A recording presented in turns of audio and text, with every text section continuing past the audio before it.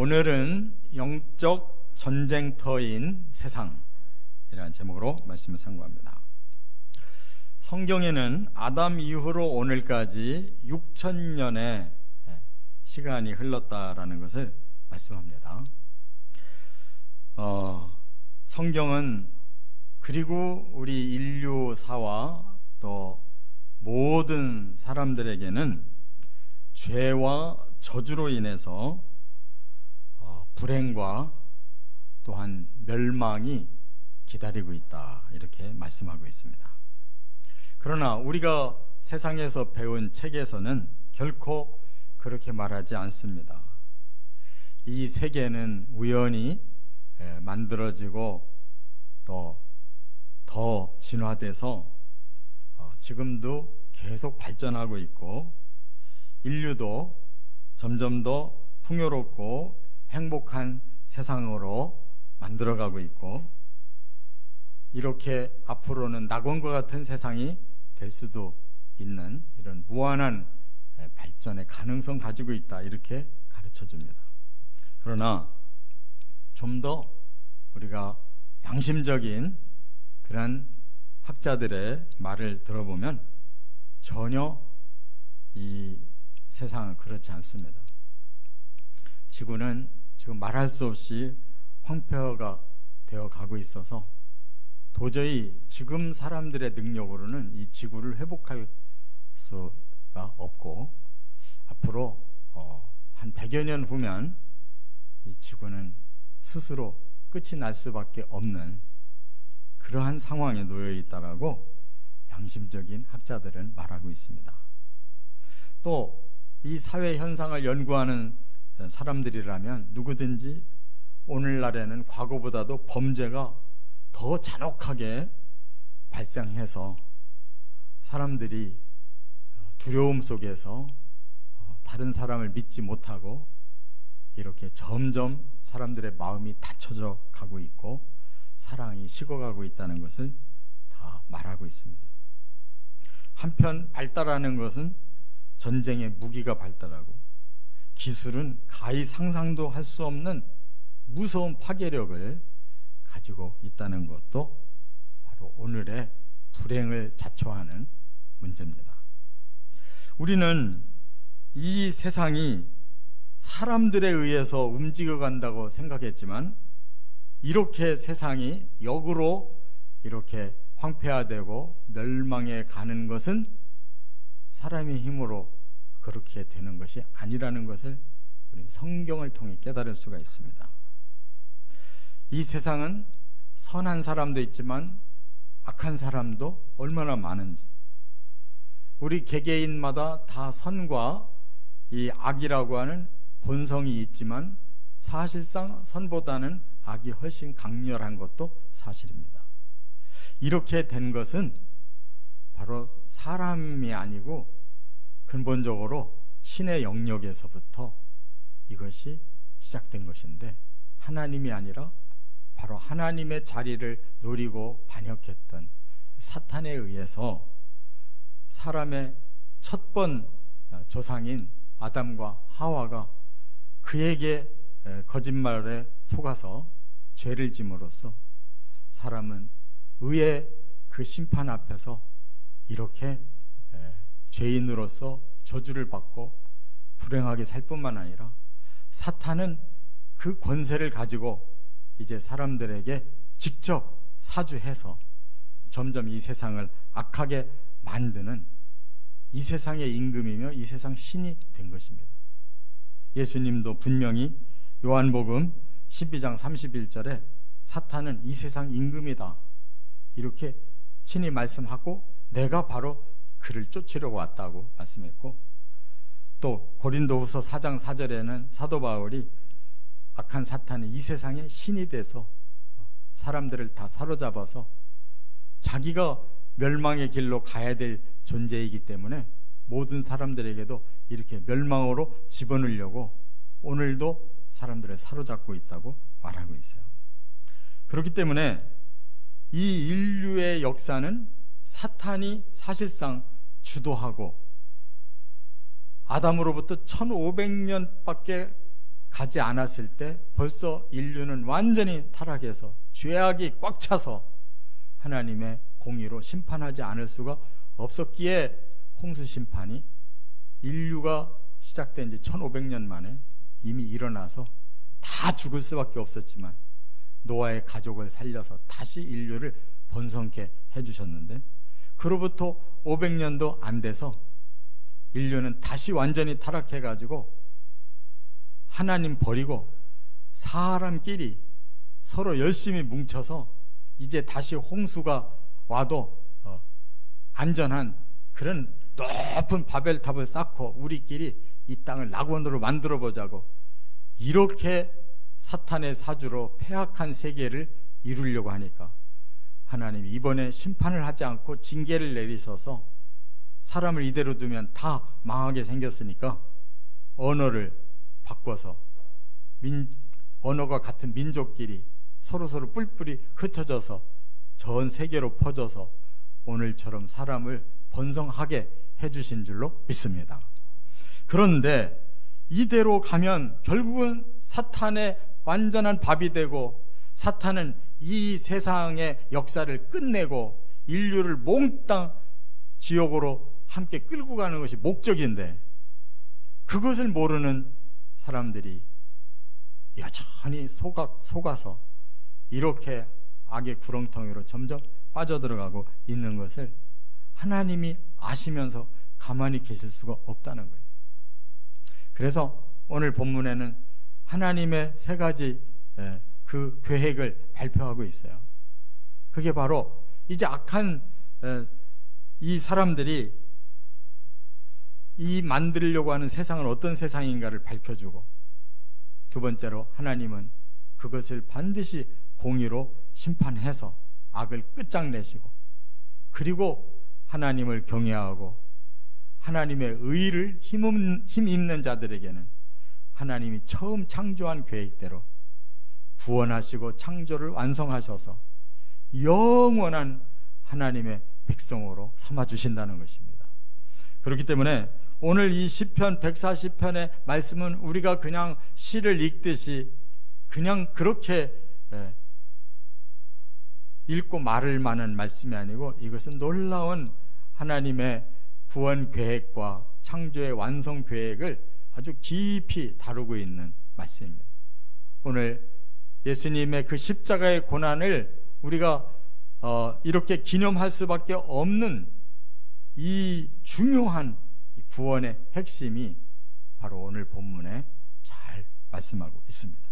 저와 여러분들이 이 하나님의 깊은 비밀의 계시를 깨닫고 하나님의 뜻을 잘 순종하여 끝이 아름다운 영원한 생명을 얻으시기를 바랍니다. 첫째, 1절부터 5절까지 보면 악한 자들이 만들어 가려는 세상은 어떤 것이냐, 이 세상이 지금까지 이렇게 왔는데 앞으로 어떻게 될 것이냐, 이거를 먼저 우리가 깨달아야 된다는 겁니다. 한번 2절과 3절을 같이 읽어보겠습니다. 그들이 마음속으로 악을 꾀하고 싸우기 위하여 매일 모이오며 뱀같이 그 혀를 날카롭게 하니 그 입술 아래에는 독사의 독이 있나이다. 악한 자들을 상징적으로 아주 그 핵심을 명확하게 짚고 있는 말씀입니다. 자, 먼저 사탄이 목적하는 바는 이 악을 모든 사람에게 퍼뜨리고 모든 사람이 그 악에 완전히 빠져서 한 사람도 구원받지 못하고 다 사탄의 그 영원한 형벌의 장소인 지옥으로 끌고 가는 것이 목적이에요. 그렇기 때문에 사람들을 죄를 짓게 해서 다 타락하게 하고, 타락한 후에는 악을 서로서로 행하여 서로서로 망하게 하는 세상을 만들어 간다 그 말입니다. 그렇기 때문에 오늘 여기 본문 1절에서는 그 악인들의 행위를 한마디로 표현해주고 있는 단어가 있어요. 그게 바로 포악이라는 거예요. 포악은 싸나울 포자에 악할 악자예요. 그냥 악하가 보통 악한 정도가 아니라 그 악이 아주 싸납다는 거예요. 너무너무 큰 악을 저지른다, 이런 말이에요. 근데 이걸 좀 더 우리가 의미 있게 깨달으려면 원어를 알아야 돼요. 이 포악이라는 원어가 하마스예요. 하마스. 근데 아마 하마스라는 단어를 들어본 분들이 있을 거예요. 지금 그 팔레스타인, 그러니까 이스라엘 경내에 팔레스타인 원주민들이 살고 있어요. 그들이 이스라엘에 의해서 자기들은 독립을 못하고 불이익을 당한다 해서 독립을 하려고 많이 시도하다가 이제는 테러 단체를 만들어 가지고 폭력적으로 대항을 하는 그 단체 이름이 하마스인데, 그 사람들은 이슬람 사람들이에요. 그리고 아랍인들, 이스마엘의 후손 아랍인들이에요. 그래서 자기 아랍어가 따로 있는데 아랍어로 자기들은 의미를 붙여서 하마스라고 한 건데, 아랍어의 뜻은 뭐냐면 힘과 용기라는 거예요. 자기들 신, 그 이슬람의 신이 준 힘과 용기를 가지고 저 이스라엘을 때려 부수고 그 나라를, 팔레스틴 나라를 자기들 나라로 독립시키겠다는 목적이에요. 그런데 방법은 완전히 폭력적인 거예요. 테러. 그런데 참 희한하게 이 단어가 히브리 단어로 바꾸면 이게 포악의 뜻이란 말이에요. 그들은 사탄에게 속아서 거짓 신을 만들어서 섬기면서 그 거짓 신의 힘과 용기로 자기의 뜻을 이루겠다고 하지만, 하나님은 이미 그들을 포악한 자라고 선포하셨고, 그들은 그것도 모르고 이렇게 속아서 이 역사를 저지르고 있음을 깨달으시기를 바랍니다. 이와 같이 2절에 보면 그들이 이 포악을 어떻게 진행시키는가, 그들의 음모를 여기서 밝히고 있는데, 마음속으로 악을 꾀한다 그랬어요.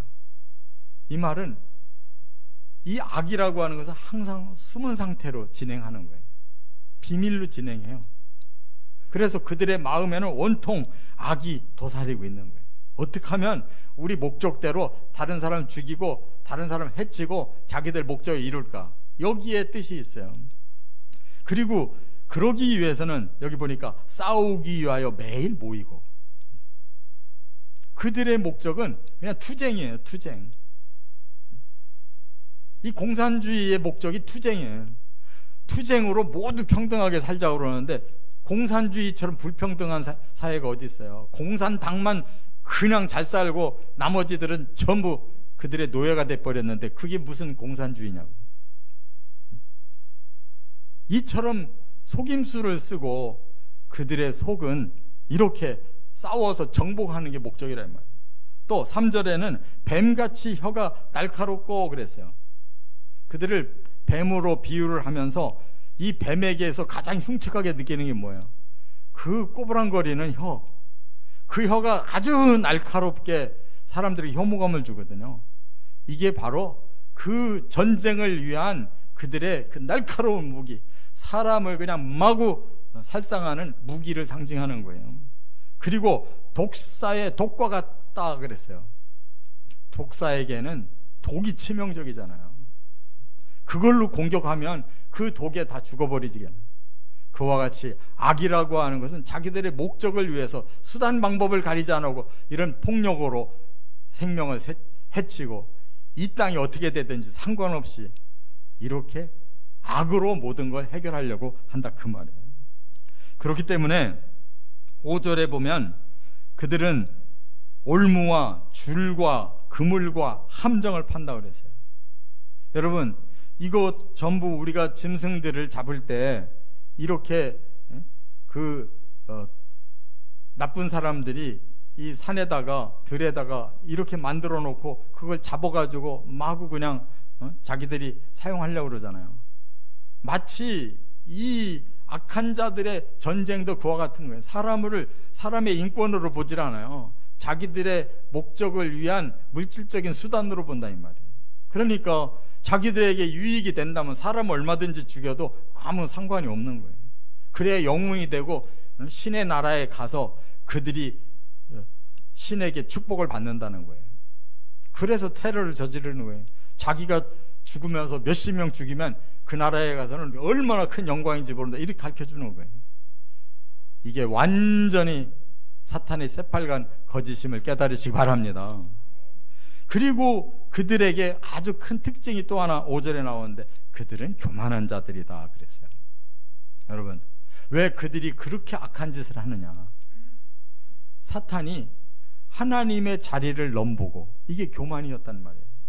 그리고 그 자리를 빼앗기 위해서 하나님 앞에 구태타를 일으킨 자들이에요. 제일 시작점이 교만에서부터 시작하고, 그것을 거짓과 속임수로 그리고 폭력으로 하려고 하니까 어찌 하나님 앞에 그게 통하겠냐 말이에요. 사람한테는 통해도 하나님 앞에 통할 수가 없어요. 그래서 쫓겨났는데 지구로 쫓겨와서 사람에게 그 짓을 똑같이 하고 있는 교만한 자들. 악한 자치고 겸손한 자가 없어요. 다 자기가 높아지고 자기가 최고고 자기를 위해서 모든 걸 하려고 하는 이 교만이 이렇게 악행을 저지른다는 거 깨닫게 될 줄 믿습니다. 그러므로 이제 이 세상의 그 끝은 어떻게 될 것이냐? 바로 우리가 종말론에서 배운 것처럼 적그리스도가 이 세상에 와서 마치 이 세상을 낙원 만들 것처럼 거짓말로 사람을 속이는데, 그 적그리스도의 옆에 함께 온 거짓 선지자가 온 세상을 이렇게 평화롭고 이렇게 풍요롭게 잘 살고 모두가 다 낙원처럼 살 수 있게 해준다, 바로 이분이다라고 최고의 세계 정치 지도자로 만들려는 자가 바로 적그리스도라는 말이에요. 그리고 그 거짓 선지자는 분명히 종교계에서 모든 종교를 통합할 수 있는 그런 희한한 방법을 제시할 거예요. 그래서 이 지구, 이 인류의 역사의 말미에 그것이 흐트러져 가지고 마지막에는 핵전쟁 벌리고 스스로 인류가 다 멸망을 당하게 될 것입니다. 깨달으시기 바랍니다. 이게 바로 요한계시록에 나오는 인과 나팔과 대접 재앙에서 자세하게 풀어주셨잖아요. 그러한 재앙은 지금 사람이 만들어 놓은 핵탄두가 바로 터지면 그런 재앙이 그대로 나타나는 거예요. 여러분, 김정은이가 핵을 가지고 있고 푸틴이 핵을 가지고 있는데 그 사람들이 건드하면 하는 말이 이렇게 나가면 우리 핵 사용할 수 있다, 이렇게 나오잖아요. 악한 자들은 목적을 위해서는 수단 방법을 가리지 않아요. 그리고 그 희한한 사람들이 하필 핵을 가지고 있는데 그 사람들이 믿어지십니까? 그 사람들이 그걸 고스란히 위험만 주고 그냥 그대로 가지고 있을 것 같아요? 천만에. 사탄이 사로잡은 자는 반드시 핵을 터뜨려서 이 지구를 멸망시키고 인류를 멸망시키려는 목적임을 여러분 잊지 마시기를 바랍니다. 자, 그러면 그 다음에 두 번째 6절부터 11절까지 하나님이 이루시려는 세상은 어떤 것이냐, 하나님이 이 문제를 어떻게 해결하시려고 하시는 것이냐, 이걸 6절부터 11절에 말씀했어요. 먼저 11절 같이 읽겠습니다. 악담하는 자는 세상에서 굳게 서지 못하며 포악한 자는 재앙이 따라서 패망하게 하리이다. 하나님은 먼저 악에 대한 심판을 선언하셨어요. 그래서 악담하는 자, 계속 악을 쏟아넣는 자, 그는 세상에 더 이상 살지 못하도록 세상에서 굳게 서지 못한다. 다시 말해서 세상에서 반드시 그들은 끝난다. 그 다음에 포악한 자, 아까 말씀드렸죠. 악한 자의 그 아주 그 심한 그 포악, 그것은 그들이 일으키는 재앙이 그들을 패망하게 만든다, 이렇게 말씀했어요. 여러분, 악한 자들은 최후의 목적을 이루려다가 자기들이 오히려 그 재앙을 다 뒤집어 쓰는, 그리고 스스로 망하는 자들이라 그 말이에요. 하나님이 공의의 심판자이기 때문에 그렇게 끝을 스스로 망하게 만드시는 줄을 깨달으시기 바랍니다. 그러면 우리도 함께 망할 거 아니냐? 천만의 말씀. 7절에 가보니까 이렇게 말씀했어요. 내 구원의 능력이신 주 여호와여, 전쟁의 날에 주께서 내 머리를 가려주셨나이다. 이제 이 마지막 악한 자들의 발악을 하는 마지막 전쟁이 있을 거예요. 그것이 7년 대환란이라는 거예요. 그때 하나님은 의로운 자, 하나님을 경외하고 구원받기를 원하는 자 어떻게 하실 것이냐? 전쟁의 날에 주께서 그들의 머리를 가려주실 것이라는 거예요. 반드시 구원이 있을 것이라는 것입니다. 우리의 육이 핵폭탄에 죽는다고 멸망이 아니에요. 우리의 영혼을 하나님께서 구원하시면, 다시 부활시키시면 모든 것은 회복되는 줄 믿으시기 바랍니다. 그러기 위해서 우리를 이 땅에서 지금 평화롭게 사는 가운데 복음을 주신 거예요. 우리가 이 짝이 나기 전에 깨닫고 예수의 보혈로 그 십자가의 능력으로 우리 죄를 빨리 씻고 우리의 영혼부터 구원받아서 점점 그 구원이 이루어져 가도록 기회를 주고 계시는 것이 지금인 줄 믿으시기 바랍니다. 그 환난의 때에 들어가서 깨닫는 사람은 순교함으로 그는 영혼이 그때 구원을 받고 육은 죽을 수밖에 없어요. 어차피 우리가 이 땅에 살다가 나이 들어서 죽으나, 그때 환난 속에서 죽으나 우리의 육체에 소망을 두지 마시기 바랍니다. 그것으로 우리가 구원을 착각하면 큰일 나는 거예요. 우리의 구원은 먼저 영혼의 구원이고, 죽을 수밖에 없는 육체는 이렇든 저렇든 죽게 될 것이고, 예수의 부활로 저주를 풀어야 살아나서 영생이 주어지는 줄 믿으시기 바랍니다. 이게 바로 하나님의 계획이라 그 말이에요. 그렇기 때문에 하나님은 그 악한 자를 어떻게 구체적으로 심판하실 것이냐, 여기 보니까 8절에 보면 그들이 아무리 꾀가 많을지라도, 그들의 꾀의 근원은 사탄에서 나오는데 사탄은 이미 하나님께 진자예요. 아무리 꾀가 많아도 하나님의 지혜가 사탄의 꾀를 후원히 꿰뚫고 계시기 때문에 이 마지막에 바로 그들은 여지없이 심판당하고 말 줄로 믿습니다.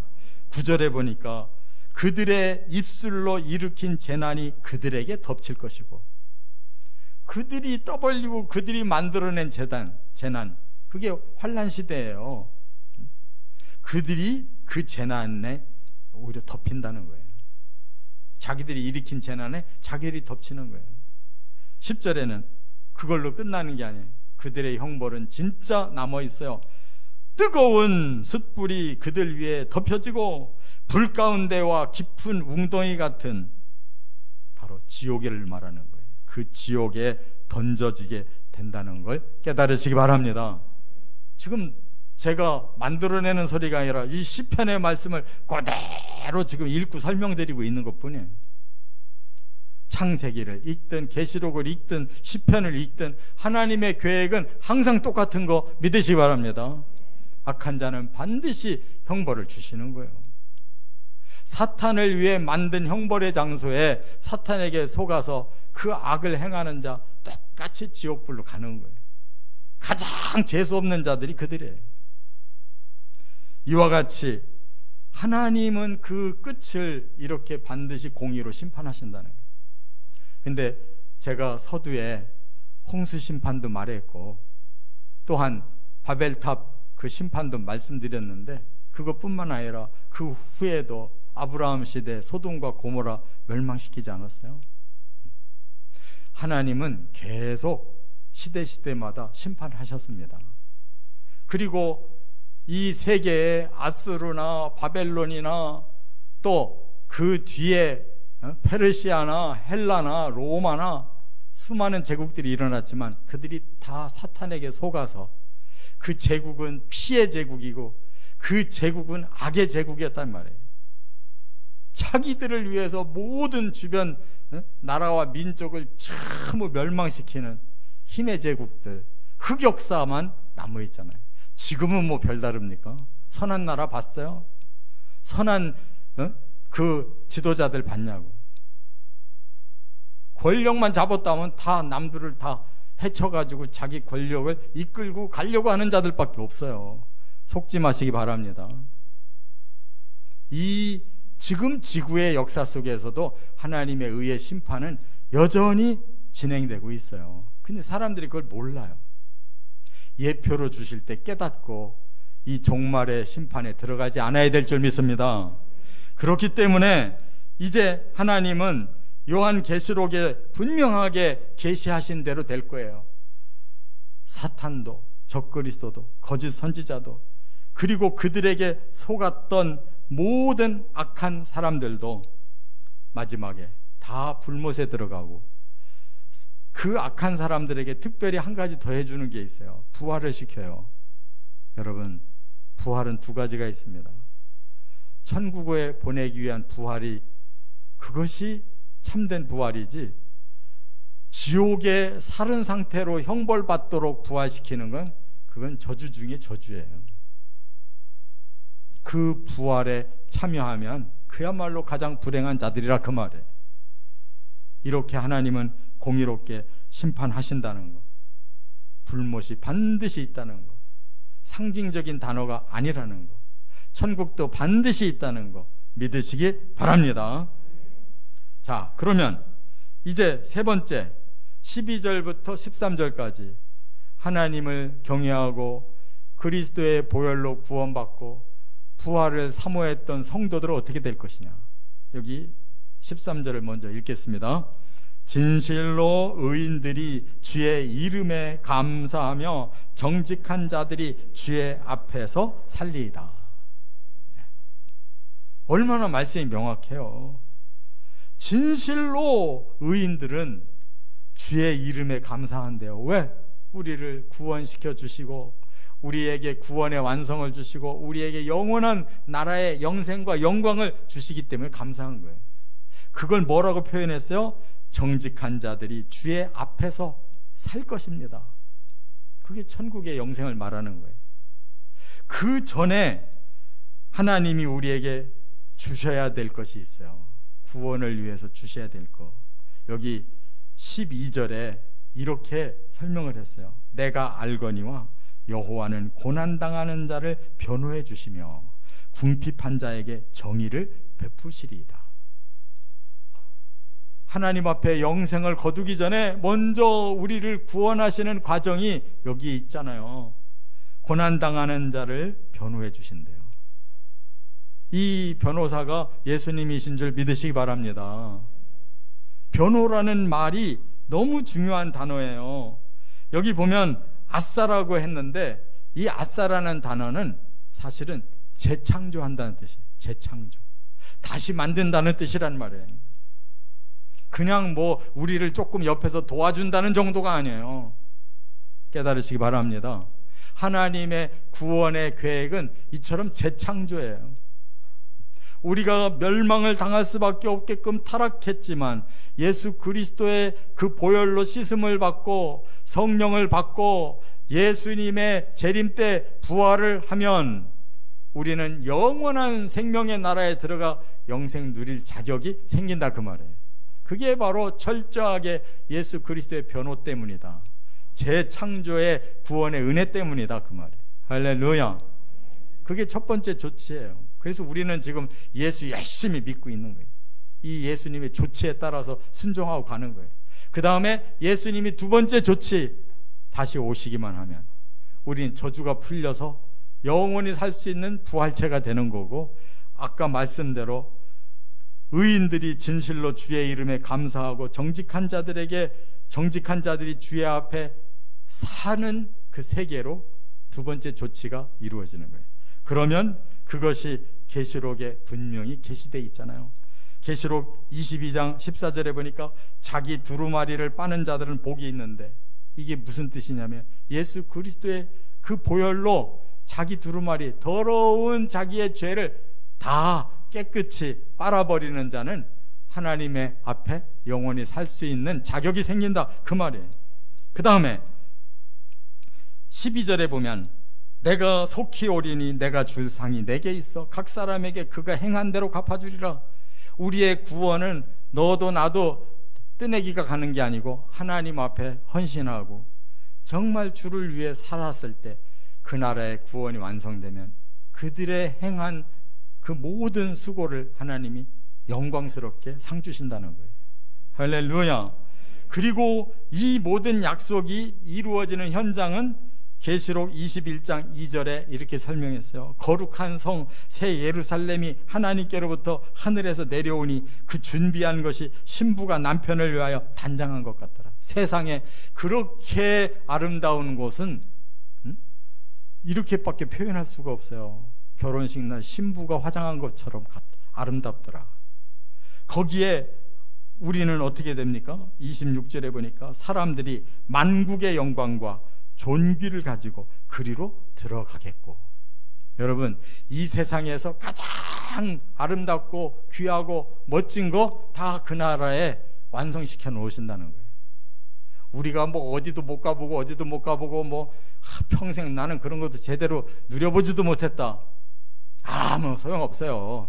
이 땅에서 전혀 안 누려도 아무 필요 없어요. 그 나라의 만국의 영광과 존귀를 우리가 가지고 그 나라에 들어가서 거기서 누린다는 거예요. 천국은 붕 떠서 허공에 사는 게 아닙니다. 지구보다도 더 완벽한 나라인 것이에요. 할렐루야. 22장 5절에 그들이 세세토록 거기서 왕노릇하리라. 왕노릇이라는 것은 가장 존귀한 삶을 상징적으로 표현하는 거예요. 우리나라에서 제일 대우받는 사람 대통령 아니에요? 그와 같이 그 나라에서 우리는 그런 하나님께 대우를 받으면서 영광스럽게 하나님과 함께 산다는 것이에요. 이건 다 상징적인 단어가 여기 하나도 없어요. 다 사실적인 단어인 줄 믿으시기 바랍니다. 이제 저는 하나님의 이 구원 계획을 이 한 장에서 완벽하게 우리가 깨닫도록 제가 말씀을 전했어요. 저는 파수꾼으로 전했습니다. 여러분이 그 파수꾼의 말에 경성하고 그대로 받아들이시고 이대로 준비하면 틀림없이 구원과 영생이 있을 것입니다. 그런 축복을 받으시기를 주의 이름으로 축원합니다.